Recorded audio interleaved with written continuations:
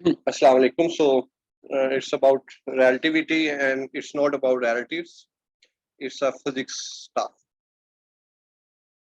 Okay. So theory of relativity, relative motion का की term हम पहले भी पढ़ते हैं. So relative motion is a motion with respect to some reference point. For example, moving cars हैं. Earth के relative आप ball को देख रहे हैं. Cars move कर रही हैं relative to some other cars. For example दो बाइक्स हैं सेम स्पीड से जा रही हैं तो उनकी रिलेटिव स्पीड क्या होगी. It it will B zero क्योंकि दोनों सेम स्पीड से सेम डायरेक्शन में जा रहे हैं. अगर ऑपोजिट डायरेक्शन में जा रहे होंगे तो स्पीड सम अप हो जाएगी. ट्रेन में ये बड़ा अच्छे से ये में फील किया जा सकता है. अगर ट्रेन दो पैरेलल जा रही हो तो आपको इतनी उनकी स्पीड फील नहीं होती. लेकिन अगर क्रॉस आ जाए एक ट्रेन इस सामने जा रही है और एक उसके क्रॉस आ रही है तो वो इतनी लाउडनेस स्पीड की वजह से क्रिएट करता है कि एक सोया हुआ शख्स भी जाग जाता है. तो क्योंकि उसका वो सामना हो रहा होता है. तो what is basically this in the sense of theory of relativity. तो इसको हम देखते हैं कि देखें ये एक क्लॉक है.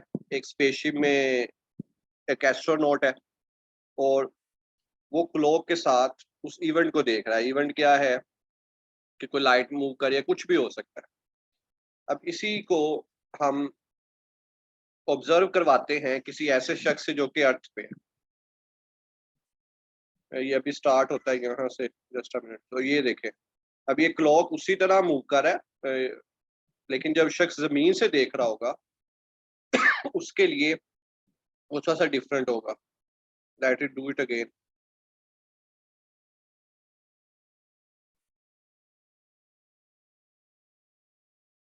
ये देखें ये ऊपर यानी ये जो स्टफ है इसके लिए वो लेंथ उतनी ही है जितनी की एक आर्म के लिए है. लेकिन जब ये ऑब्जर्वर इसको इसमें ऑब्जर्व करेगा तो आपको वो थोड़ा सा डिफरेंट होगा और उसकी लेंथ डिफरेंट नजर आएगी.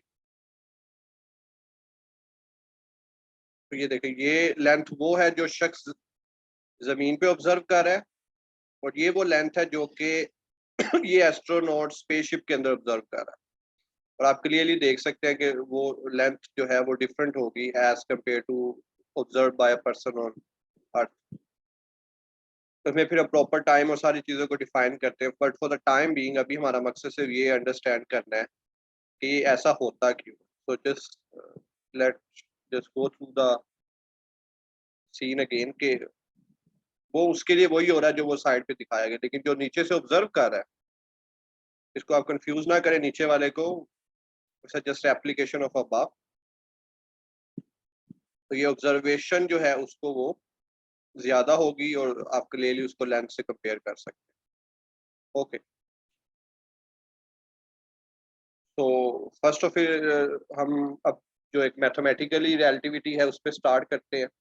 गलीलियन ट्रांसफॉर्मेशन क्या है कि जस्ट अगर आप एक इवेंट ऑब्जर्व कर रहे हैं, इवेंट की पोजीशन है और कोई विद रिस्पेक्ट टू टाइम आप देख रहे हैं इन एस फ्रेम. और जब आप एस प्लस प्राइम फ्रेम में देखते हैं और एस प्राइम की क्या खसूसियत है कि वो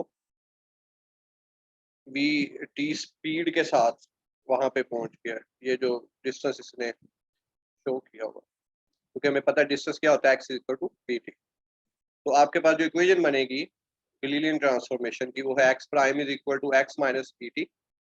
कि जितना भी उसने फासला तय किया उसको उसमें से माइनस कर दें तो आपके पास प्राइम आ जाएगा और बाकियों पे कोई फर्क नहीं पड़ेगा. वाई प्राइम वाई होगा क्योंकि हम वाई एक्सिस में मूव नहीं कर रहे. जी प्राइम जी होगा क्योंकि हम जी एक्सिस में मूव नहीं कर रहे. और टी प्राइम टी होगा गलीलियन ट्रांसफॉर्मेशन में टाइम इज एब्सोल्यूट. तो ये मोस्ट इंपॉर्टेंट स्टेटमेंट हो सकती है जो पूछी जा सकती है कि गलीलियन ट्रांसफॉर्मेशन में टाइम एब्सोल्यूट है या रिलेटिव है. तो गलीलियन ट्रांसफॉर्मेशन में हम देख रहे हैं कि टाइम एब्सोल्यूट है, वो चेंज नहीं हो रहा. T prime is equal to T always.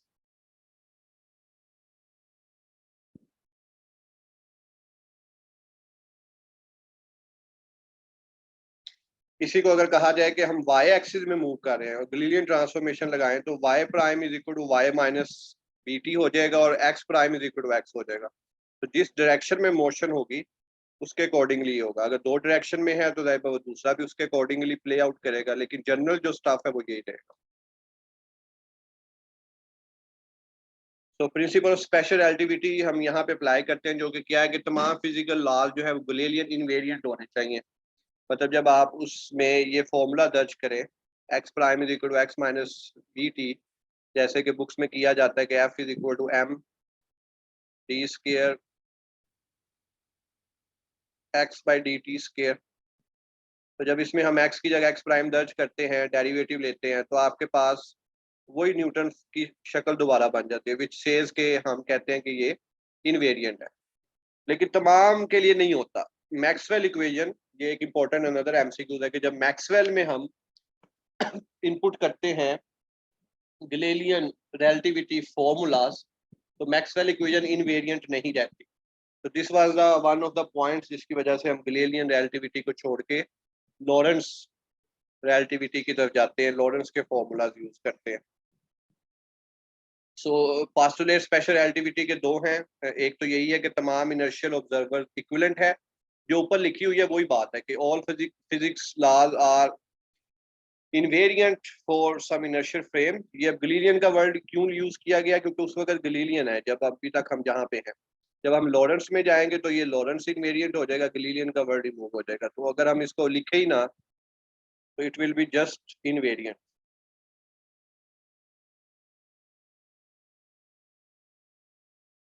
अगर ये वर्ड है ही नहीं तो it will be all physics laws are invariant for inertial frame, जिसको आप यूं लिख सकते हैं और इनर्शियल ऑब्जर्वर्स आर इक्विवेलेंट।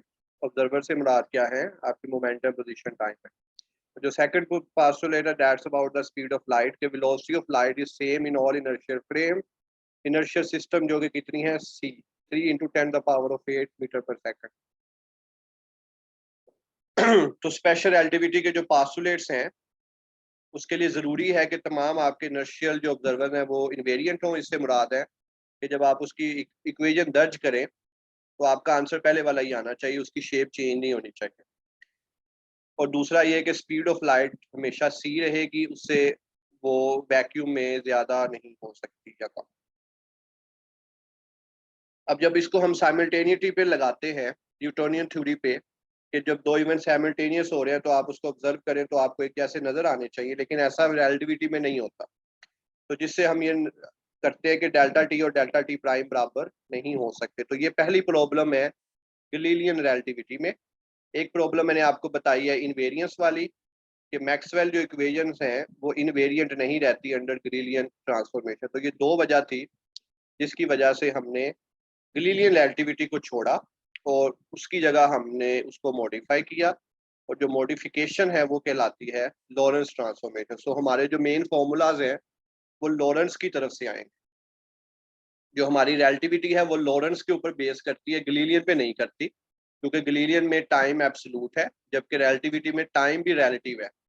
तो हम पढ़ते क्यों हैं या हम पढ़ क्यों रहे हैं, तो उसमें रीज़न जो आपके पेपर के हिसाब से वो यही है कि टाइम गलीलियन में टाइम एब्सोल्यूट है। लेक्चर के लिए, इंटरव्यू के लिए मोस्ट इंपॉर्टेंट क्वेश्चन यही होता है रिलेटिविटी में सबसे पहला, कि गलीलियन से और लॉरेंस में फ़र्क क्या है। तो गलीलियन में टाइम एब्सोल्यूट है, लॉरेंस में टाइम एब्सोल्यूट नहीं है। वो कौन से मसाइल थे जिसकी वजह से हम गलीलियन से इसकी तरफ से आए, तो एक तो प्रिंसिपल ऑफ साइमल्टेनिटी पे ये गलीलियन फॉलो अप नहीं कर रहा था, और दूसरा मैक्सवेल इक्वेशन इनवेरिएंट नहीं थी गलीलियन ट्रांसफॉर्मेशन के अंदर। तो लॉरेंस ट्रांसफॉर्मेशन हमारे मेन फार्मूलाज हैं जिसकी डेरिवेशन में हम नहीं जाएंगे। तो ये आपके फार्मूलाज हैं, सेम वही फॉर्मूला है अगर आप गौर करें। इधर भी एक्स माइनस वी टी है, इधर भी एक्स माइनस वी टी है। डिफरेंस क्या है, ये गैमा फैक्टर।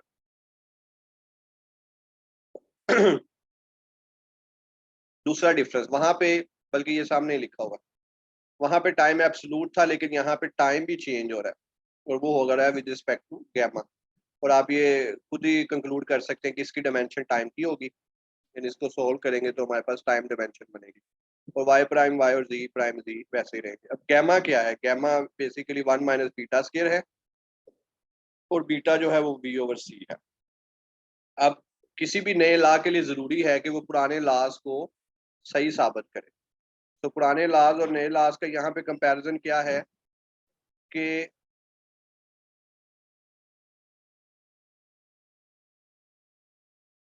कंपैरिजन ये है कि आप अगर स्पीड थोड़ी ले लें, क्योंकि नॉन रिलेटिविस्टिक जो है उससे मुराद यही है कि थोड़ी स्पीड, तो अगर आप स्पीड को स्पीड ऑफ लाइट के मुकाबले में बहुत थोड़ा ले रहे हैं कि मिसाल के तौर पर गाड़ी रोड के ऊपर 100 किलोमीटर पर आवर की स्पीड से मूव कर रही है, तो वो 3 लाख किलोमीटर पर सेकंड के मुकाबले में बहुत कम है। तो जब आप उससे बीटा V/C निकालेंगे, तो क्योंकि एक आप बड़ी वैल्यू को छोटी वैल्यू पे डिवाइड करें तो आंसर बिल्कुल ऑलमोस्ट जीरो आएगा। जब वो जीरो की वैल्यू इसमें दर्ज करेंगे तो आपके पास आएगा 1। अब वो 1 आप इसमें दर्ज करते हैं ऊपर वालों में, ये जो ऊपर हमने फॉर्मूलाज बनाए हैं।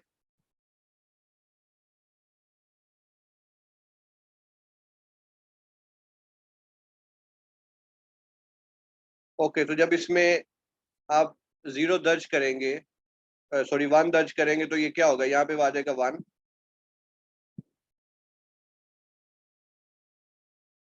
तो वो वही फॉर्मूला बन जाएगा जो कि पहले था। और जब आप इसमें 1 दर्ज करेंगे और इसको आप डिमेंशनली अगर आप उसे सॉल्व कर लें अगेन, ये V/C² भी फिर क्या हो जाएगा, क्योंकि V/C जो है वो जीरो है, तो V/C² तो उससे भी छोटी टर्म है, तो ये सारी जीरो हो जाएगी, ये 1 आ जाएगा, और उस केस में भी आपके पास T prime is equal to T हो जाएगा।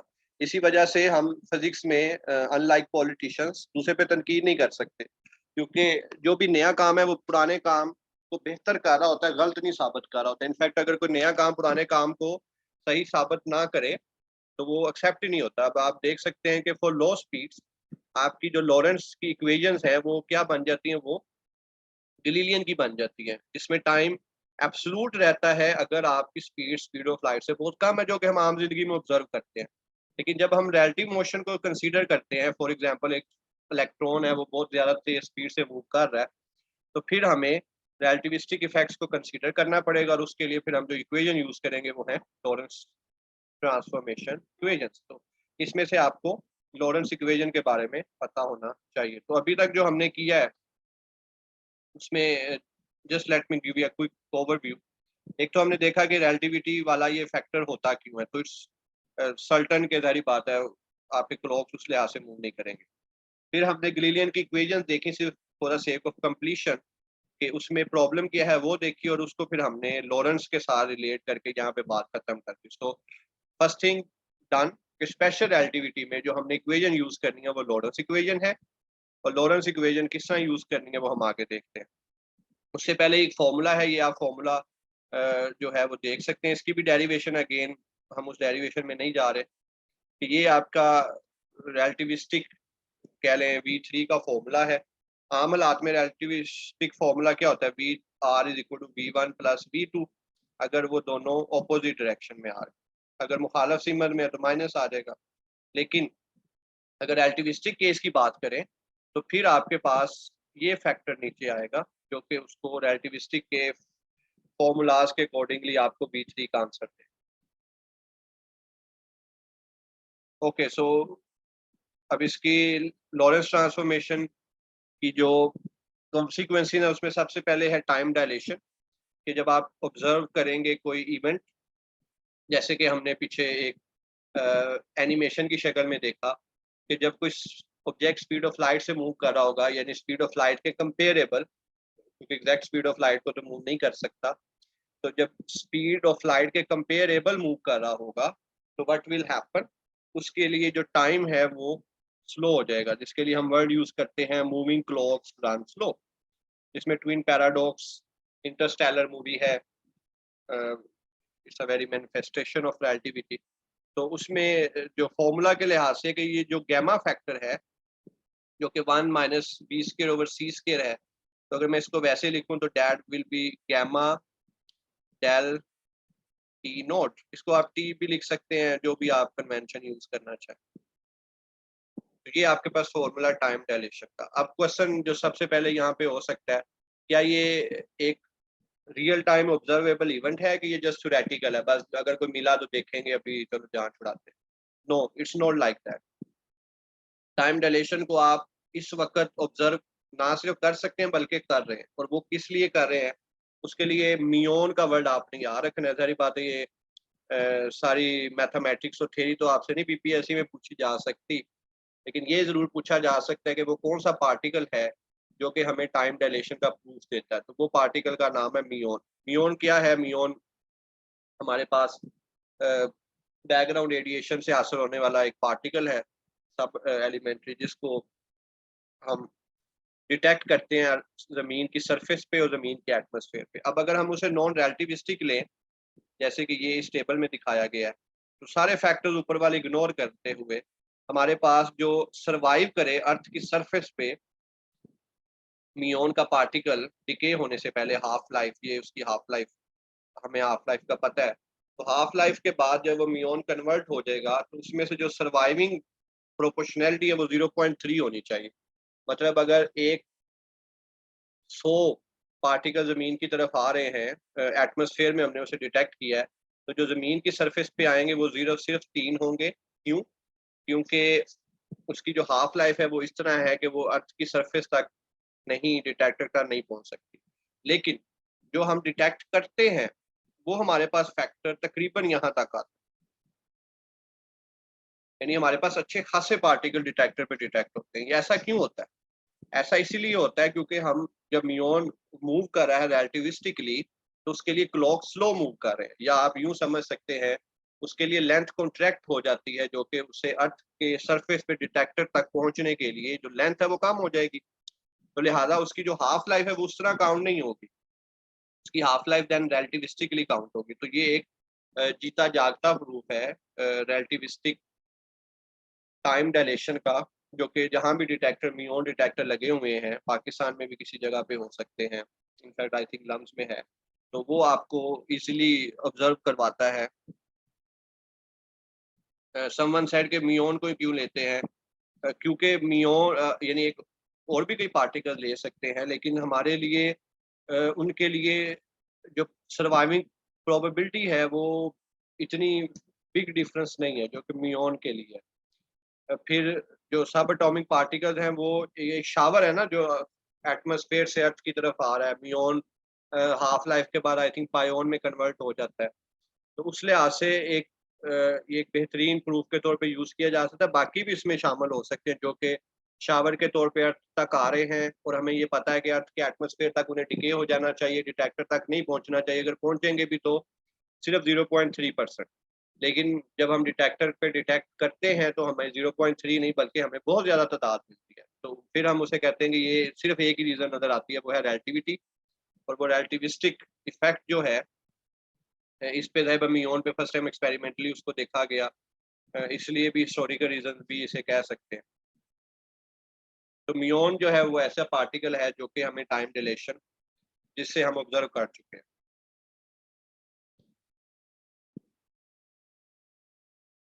Okay, then we have length contraction. हम टाइम डायलेशन का फॉर्मूला पहले देख सकते हैं।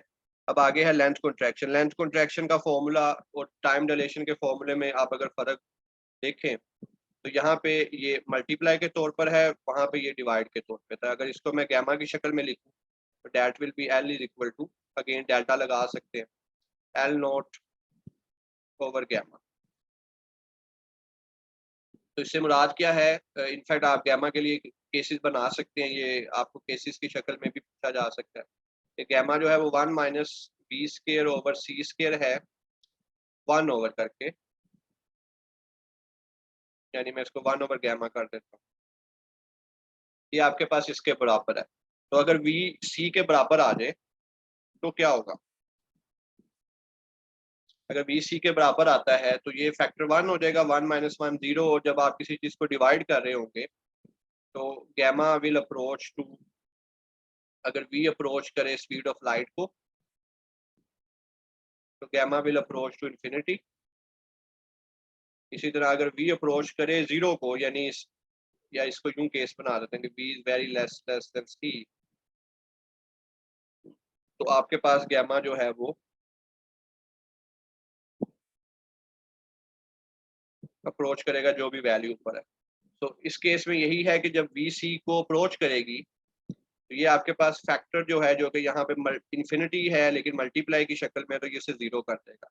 टाइम डायलेशन के केस में अगर आप उसे देखें तो अगर वी सी के बराबर होगा तो आपका जो टाइम टी है वो अप्रोच करेगा इन्फिनिटी। तो ये जो ऐसे केसेस हैं ये वो पूछ सकता है, जो कि फॉर्मूले से आप इजीली निकाल सकते हैं। सिर्फ फॉर्मूला आपको इसका जो है अच्छे से याद होना चाहिए। टाइम के लिए वो डिवाइड में है,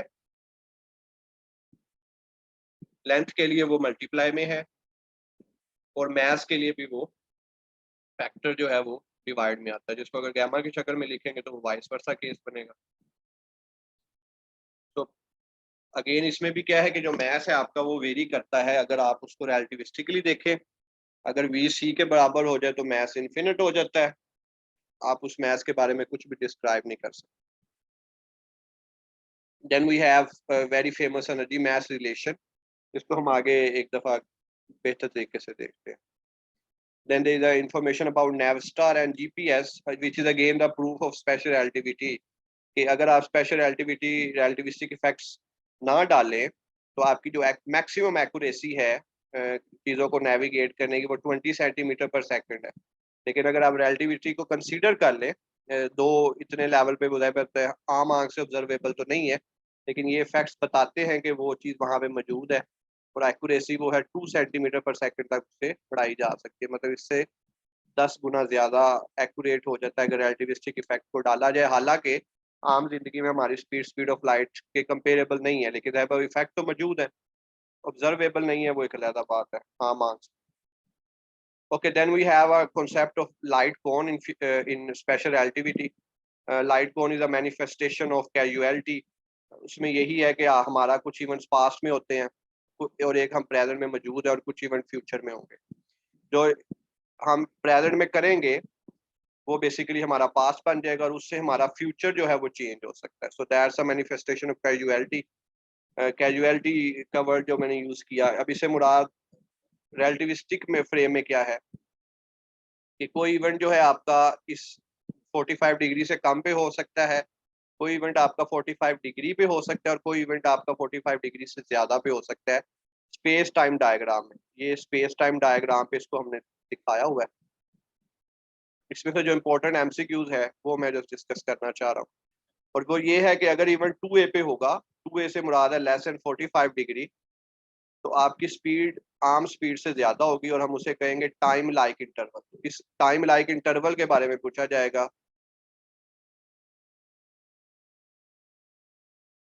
कि अगर स्पीड ऑफ लाइट स्पीड से ज्यादा है तो हम उसे क्या कहेंगे, टाइम लाइक इंटरवल। और अगर उसको एंगल की शक्ल में देखें स्पेस टाइम डायग्राम में, तो उसके लिए एंगल जो है वो 45 डिग्री से ज्यादा होगा। अगर हम बात करें उस इवेंट की जो कि 2B पे है, यानी C और V बराबर है, यानी ऑब्जेक्ट फोटोन है जो कि स्पीड ऑफ लाइट से मूव कर रहा है, तो उसका जो स्पेस टाइम डायग्राम में एंगल है 45 डिग्री बनेगा, और उसको हम लाइट लाइक कहेंगे इसी वजह से, क्योंकि photon is a quantum of light, तो उसे लाइट लाइक कहेंगे। तो तीसरा है उसमें ऑब्जेक्ट की स्पीड स्पीड ऑफ लाइट से ज्यादा है, ये V is greater than C, तो फिर उस इवेंट को हम कहेंगे स्पेस लाइक इंटरवल। तो हम जो आम नेचुरली पाए जाते हैं वो टाइम लाइक इंटरवल में है कि हमारी जो स्पीड है वो स्पीड ऑफ लाइट से कम होती है। लाइट के लिए स्पीड स्पीड ऑफ लाइट के बराबर होती है, और ये जो स्पेस लाइक इंटरवल्स हैं इनको हम अस्यूम ही कर सकते हैं कि कौन से ऑब्जेक्ट स्पीड ऑफ लाइट से ज्यादा मूव करते हैं। तो ये मैंने जो लाइट कौन है इसको में से ये डेमोन्स्ट्रेट किए जाते हैं। ओके, सो ये हमारा टॉपिक था पूरा लाइट कोन में से, जो कि इसके ऊपर क्वेश्चन आपको पूछा जा सकता है। पहला पार्ट जो हमने अभी तक किया वो था about Lorentz transformation and basic consequences, length contraction, mass variance, time dilation, बस और कुछ नहीं किया अभी तक। फिर हमने सिर्फ एक स्लाइड ये वाली की है लाइट कोन के लिहाज से। स्पेस टाइम इंटरवल पे हमने डिफरेंट पॉइंट्स पे देखा है कि अगर हम ड्रॉ करते हैं तो कौन सा किसको शो कर रहा है। इसको यूं भी देख सकते हैं कि जो हम आम जिंदगी में इवेंट्स देख रहे होते हैं वो स्पेस टाइम डायग्राम में किस एंगल पे जाएंगे, वो 45 डिग्री से ज्यादा के एंगल पे जाएंगे, क्योंकि उसके लिए स्पीड ऑफ लाइट से हमारी स्पीड बहुत कम है। लाइट कौन सा पाथ फॉलो करेगी, लाइट 45 डिग्री वाली लाइन फॉलो करेगी, और वो इंटरवल जिसमें स्पीड ऑफ लाइट से बढ़ जाती है, जो कि हम सिर्फ अस्यूम कर सकते हैं फिलहाल। वैसे ऐसे थ्योरेटिकल पार्टिकल टैक्योन्स कहते हैं रिलेटिविटी की जबान में, जिनकी स्पीड ऑफ लाइट से ज्यादा हो सकती है थ्योरेटिकली, तो उनके लिए हम वर्ड यूज करते हैं स्पेस लाइक इंटरवल। तो ये चीज इंटरव्यू में भी पूछी जा सकती है, ये चीज़ पीपीएससी में भी पूछी जा सकती है कि स्पेस टाइम डायग्राम में कौन सा इंटरवल किस फैक्टर को शो करता है कैजुअलिटी के लिहाज से। और लाइट कोन क्या है कि जस्ट मैनिफेस्टेशन ऑफ कैजुअलिटी से मुराद ये है कि आपका प्रेजेंट जिसने बाद में पास्ट बन जाना है वो आपके फ्यूचर को कंट्रोल करता है। ओके, अब जो नेक्स्ट टॉपिक है, अब जो पीछे हुआ उसे एक दफा आप इजी हो जाए। अब अगला जो टॉपिक है दैट्स फोर वेक्टर्स, कि हम फोर्थ यानी टाइम को भी कंसीडर करते हैं, क्योंकि टाइम हमने लॉरेंस ने हमें बताया कि टाइम भी रिलेटिव है, टाइम एब्सोल्यूट नहीं है। सो टाइम को भी हमें कंसीडर करना पड़ेगा as an extra dimension. So 1 + 3 dimension becomes 4 dimension which makes a 4 vector। तो 4 वेक्टर को लिखा कैसे जाएगा कि जो पहले 3 कंपोनेंट होंगे, या it could be in any way, जो पहला कंपोनेंट होगा वो टाइम का होगा, जो बाकी 3 होंगे वो सिंपल वही वेक्टर होगा जो हम पहले ही फिजिक्स में पढ़ रहे हैं। यानी 3 डायमेंशन के लिए एक वेक्टर होता है 3D में, 3 कंपोनेंट्स का। एक जीरोथ कंपोनेंट जो कि स्केलर होगा वो फर्स्ट पोजीशन पे आ जाएगा, जो कि टाइम पार्ट होगा। तो इसे कहते हैं 4 वेक्टर्स। अब इसको जस्ट वही बात के पोजीशन के लिए हम पढ़ेंगे। तो पोजीशन 4 वेक्टर्स जो हैं वो है ये सी टी एक्स वाई जी। तो सी टी सिंपल आप देखें ना, एक्स वेलोसिटी की क्या डेफिनेशन है, position, position over time, position क्या होगा वेलोसिटी इनटू टाइम, तो C T, time is C T simple speed into time, और बाकी 3 वही एक्स वाई जी। इस तरह एक स्टाइल है जिसे हम कटरा को वेरिएंट कहते हैं। ये टेंसर की जबान है, इसको मजीद डेप्थ पे नहीं ले जा सकता for the case of simplicity. तो फर्क सिर्फ ये होता है कि जो पोजीशन है, क्योंकि हमें पता है कि अगर आप डायरेक्शन चेंज करते हैं तो वेक्टर्स के साथ नेगेटिव साइन आता है, तो ये उनके कंपोनेंट के साथ नेगेटिव साइन आ गए। इस फैक्टर को C square T square minus X square minus Y square minus Z square को इंटरवल कहते हैं। ये नाम है इस 4 कंपोनेंट के एक फॉर्मूले का। इसी तरह वेलोसिटी 4 कंपोनेंट्स हो सकते हैं। जो सबसे ज्यादा इंपॉर्टेंट चीज वो यही होता है कि आप टाइम कंपोनेंट बता दें। तो वेलोसिटी के लिए टाइम कंपोनेंट है गैमा सी। मोमेंटम के लिए जो टाइम कंपोनेंट है वो है एम सी। फोर्स के लिए जो टाइम कंपोनेंट है वो है C gamma D M over D T. अब इसके सिंपल डेरिवेटिव लेने हैं,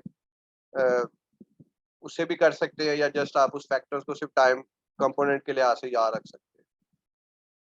okay, try to join on the same link again, फिर हम आगे आइंस्टाइन मैथ्स एनर्जी इक्वेशन से स्टार्ट करें।